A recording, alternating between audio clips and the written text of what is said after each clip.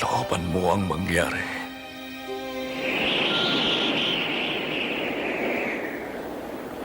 Nagpakita sa kanya ang isang anghel mula sa langit at pinalakas ang kanyang loob. At ang kanyang pawis ay parang dugong pumapatak sa lupa.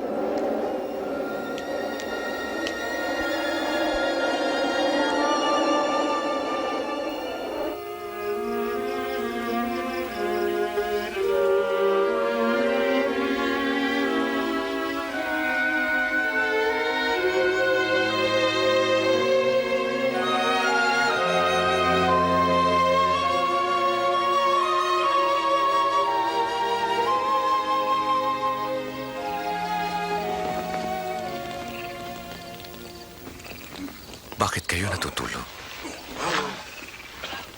Bangon. Manalangin kayo nang di kayo matukso.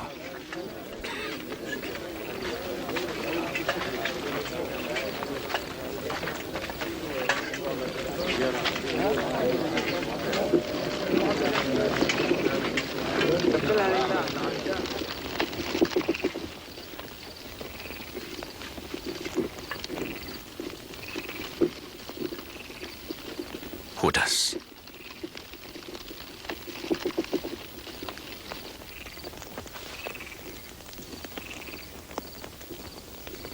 Salit mo ba ipinagkakanulo ang anak ng tao? Panginoon, lalaban ba kami?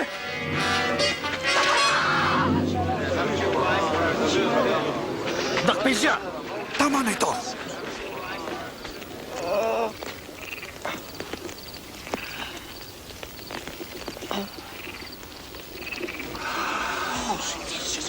Himala. Ako ba'y tulisan at naparito kayo may mga tabak at pamalo? Ako'y kasama niyo araw-araw sa templo pero di niyo ako dinakip. Ngunit oras niyo ito habang ang kadiliman ang nag-ahari.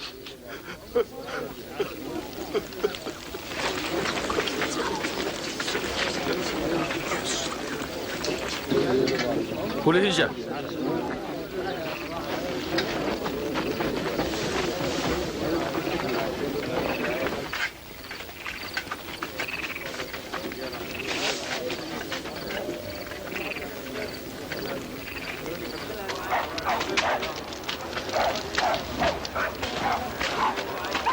Bantayan siya.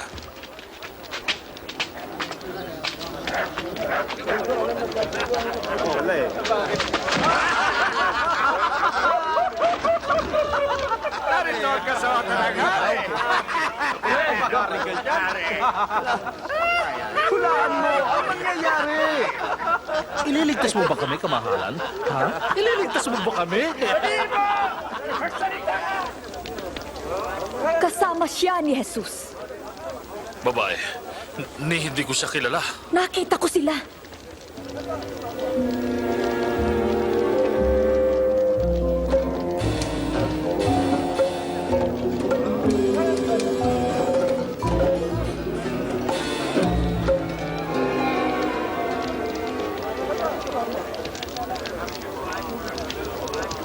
Ang abanyong lingkod!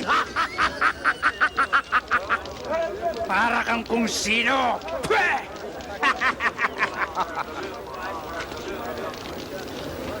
Isa ka rin sa kanila. Nagkakamali ka.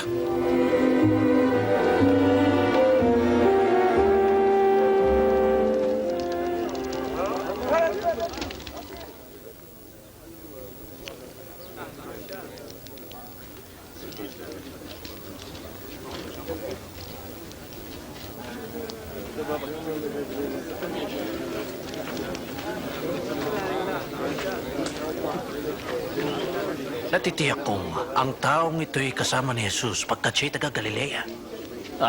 Lumayo ka. Hindi ko alam ang sinasabi mo.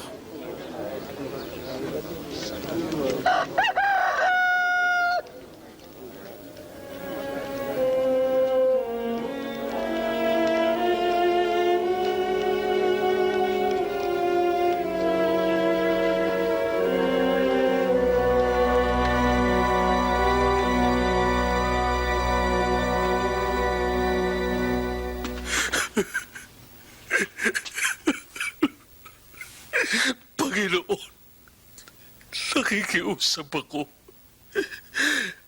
Gawin mo ang ayon sa dakila mong kapangyarihan.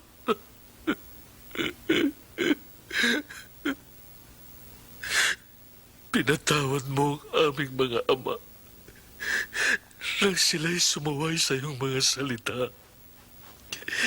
Galit ka sa kanila, ngunit di mo sila binuksa.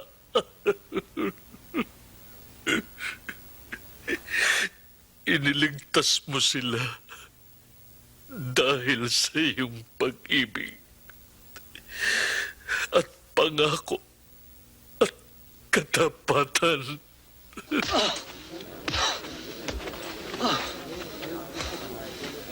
Sinong pumalo sa'yo? Hulaan mo! Hulaan mo! Ang papalo pa sa'yo! Tigil! Ihinto niyo yan! Dalhin niyo siya sa mga pinuno. Kilos.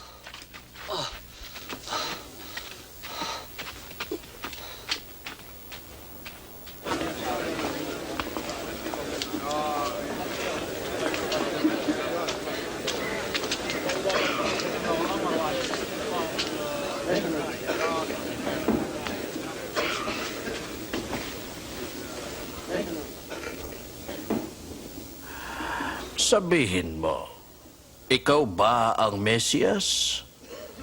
Sabihin ko man, di kayo maniniwala. At kung magtanong naman ako'y, di niyo ako sasagutin.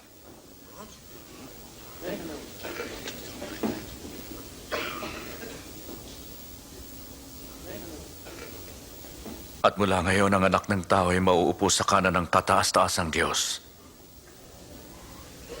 Ikaw ba ang anak ng Diyos? Sinabi mo nga ako nga. Bigay sa kailangan ng kapangyarihan mo pang sabihin yan. Sino? May sala. Narinig natin ang kanyang mga sinabi, hindi ba?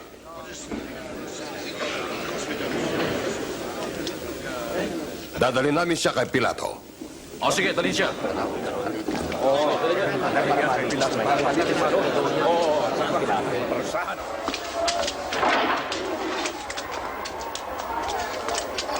Lakad!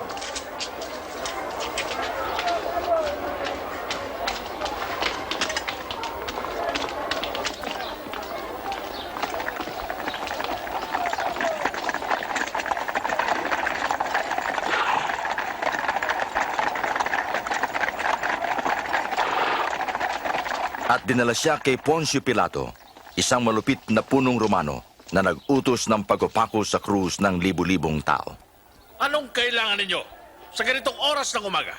Nahuli po namin siya, nililindang ang mga tao. Nanggulo po siya sa palengke sa templo. Ano ang magiging hatol sa kanya? Parusahan siya. Wala akong nakikitang dahilan para hatulan ng taong ito. Nagkasala siya. Sabi niya huwag magbayad ng buwis kay Cesar. Nagpapanggap siyang Mesyas. Isang hari. Hari?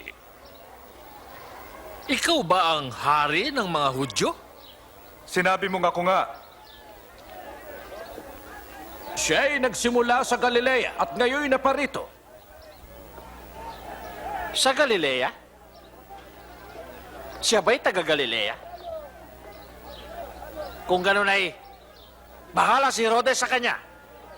Narito pa siya sa Jerusalem, hindi ba? Dalhin siya kay Herodes.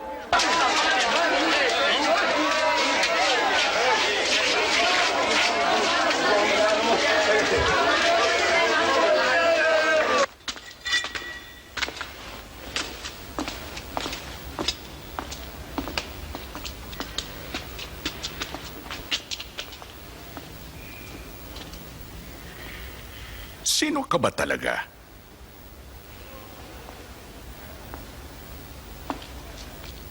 Sino ang iyong mga alagad?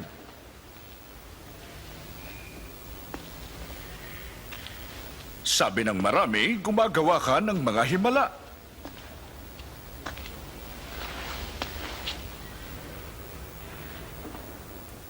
Maghimala ka nga.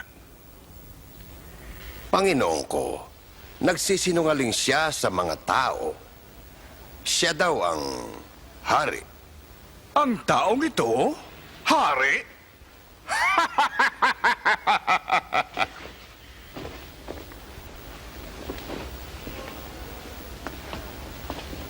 Kamahalan? Saktan siya mabuti.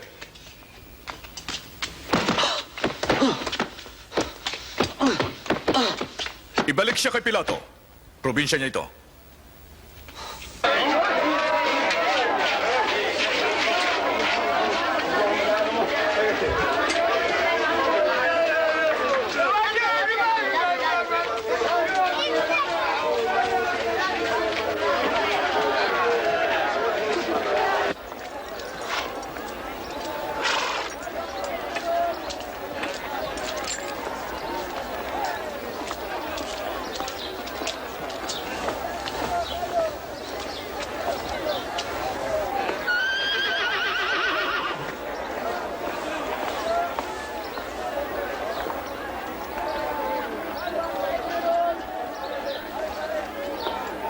Walang sala ang taong ito upang mamatay.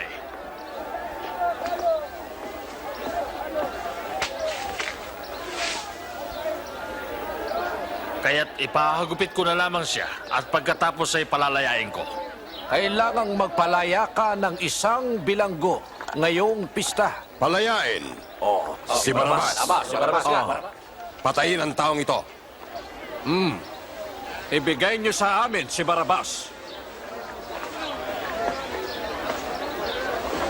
Ipako siya sa krus! Ipako siya sa krus! Ikaw, hagupitin siya.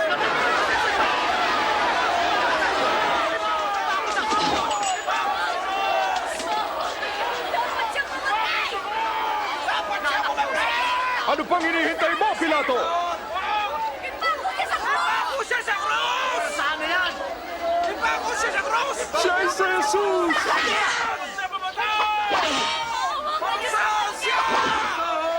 Bakit niyo siya pinagpisahan? Iwan niyo siya! Siya ang Mesyas! Wala siyang kasalanan!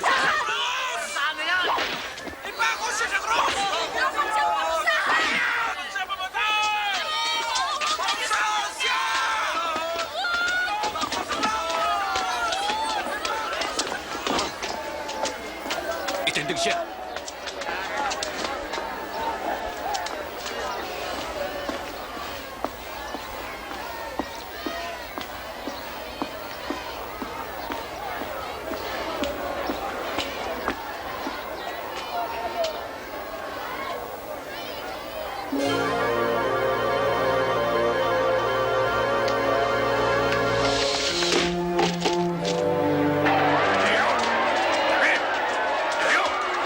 Lumayo kayo! Lumayo kayo sa kanya!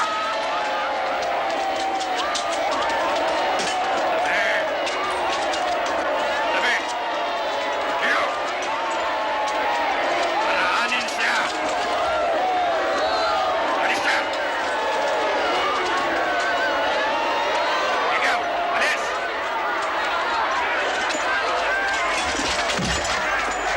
Tayo! Tayo! Sinabi lang tayo!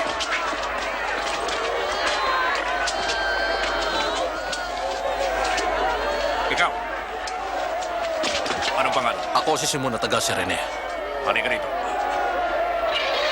Putulin ang lubid.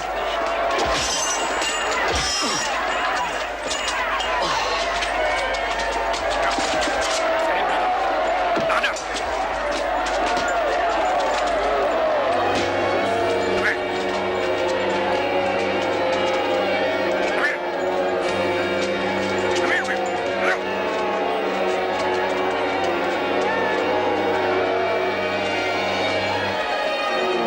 Paraanin niyo siya!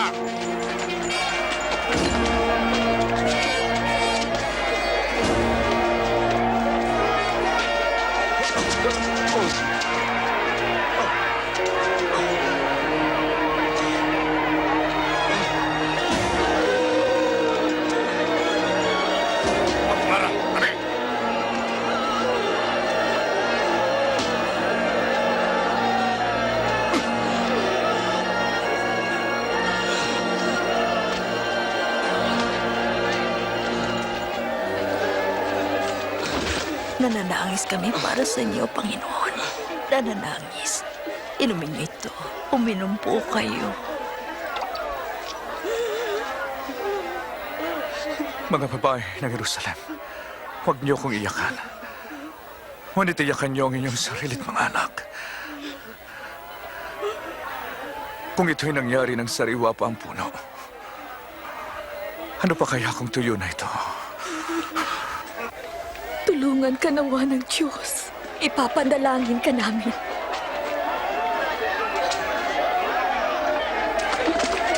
Lakan! Dito! Bilis! Bilis! Kilos! Ikaw! Lada! Bilis! Bilisan ang kilos! Bilis! Dali!